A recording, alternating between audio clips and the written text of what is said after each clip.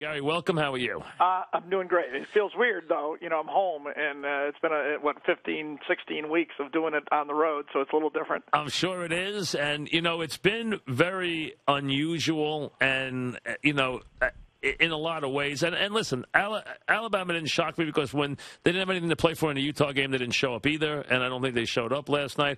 But it's been wild. Some of these big favorites just being embarrassed, whether it's Arizona State, Baylor, which was atrocious against Central Florida, and then last night, underdog teams by 2.5 touchdowns, winning the game, going away.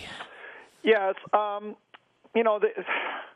a bit surprised, I would have to say, but overall, some of these times the betting lines sometimes get a little bit elongated because the better brand names just draw more dollars. And Central Florida has a very solid football team. They did. Baylor's defense was atrocious. They were missing they were making arm tackles, and guys they were running plays that were dives, going 40 yards for touchdowns. It was ridiculous. It was a weird game.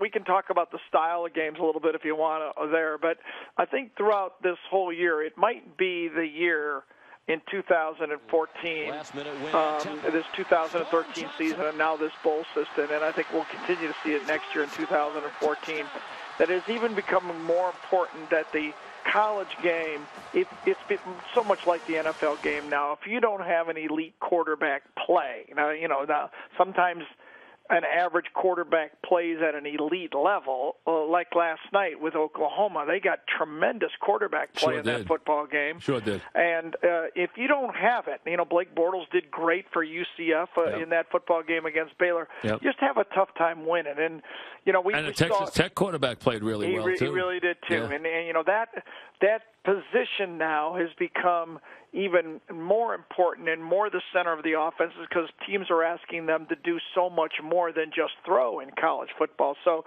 it's become just like the NFL. If you have the franchise quarterback, it doesn't guarantee you win, but if you don't have that quarterback play, it almost guarantees you won't win. And that's the same thing that's happening now in college football.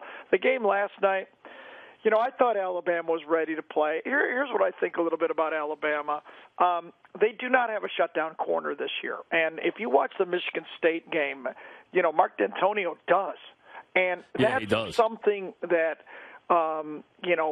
Nick Saban has had for about the last 4 or 5 years. And their defense is not the same when he doesn't have that guy that he can throw out there and kind of dictate the offense and kind of work around them. They've got two things last night that killed them: turnovers, and they allowed 7 sacks. They allowed 7 sacks. But I also thought the ability for Oklahoma, their quarterback played above his skill level in that game. Now, maybe his future skill level will play to that. But he was hitting the fade passes right on the mark, a yard from the sideline, the outside ball.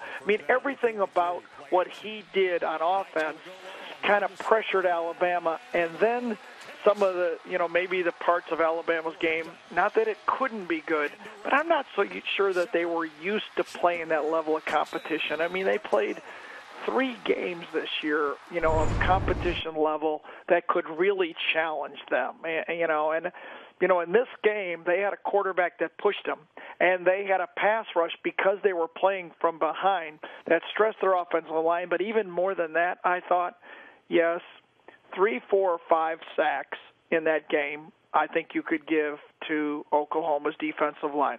But I thought there were 3, 4, 5 other times that A.J. McCarron just wasn't used to that pace of play, and he wasn't used to seeing that type of a pass rush. And I just felt that he just didn't know what to do. Doesn't mean he will never be able to play with that type of pass rush, but I thought it caught him off guard, and I thought in that game he just did not have his best game. Yeah, and I think this postseason, clearly, there's been a couple of big winners. Number one, Michigan State, big winner. That was a great performance, big win for them, wonderful, and a really good game.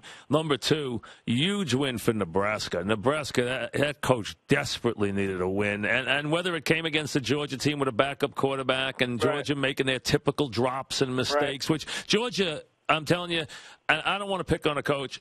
that Georgia team makes more. They are the Detroit Lions of college football. Okay, they have so much talent, and they drop more balls and commit more big mistakes in the worst moments and lose games. I mean, it just goes on all the time. They're about to win that game, and a wonderful receiver drops the ball. Yeah, right. Artie Lynch. Oh my God! I mean, Lynch is a wonderful player, and then of course Stoops. Stoops, how much did he love winning that game against Alabama? I think that, overall, I have to say this. I mean, the SEC's had their run. They've earned this. I mean, they're still going to get great players there, but it used to be a gulf between what the SEC was playing and the rest of the college football. There may be a small gap now, but right. And the conference probably is still the elite conference. And they're big underdogs in the championship game. Yes, and rightly so. And I just think that the biggest winner of these bowls so far has been college football. And I think what the biggest lesson out of this is, it's going to be very difficult for any conference to get two teams in the Final Four now. Because just think about what happened as the committee looks back on this year. Had they decided, to put Alabama in as the fourth team, I mean, look what Michigan State did. Yep. I mean, Michigan State can't have a chance to play for the championship. And I still think that a conference championship should not allow anyone to leapfrog you, and it also should be the tiebreaker on teams. Like, suppose Michigan State and Alabama have the same record, and Alabama didn't win their conference, and our eyeballs tell us they're the best teams. Well, our eyeballs fool us, and I believe college football has to figure this out. It's almost a disgrace the way they crown their champion. It should not be chosen. It should be played on the field.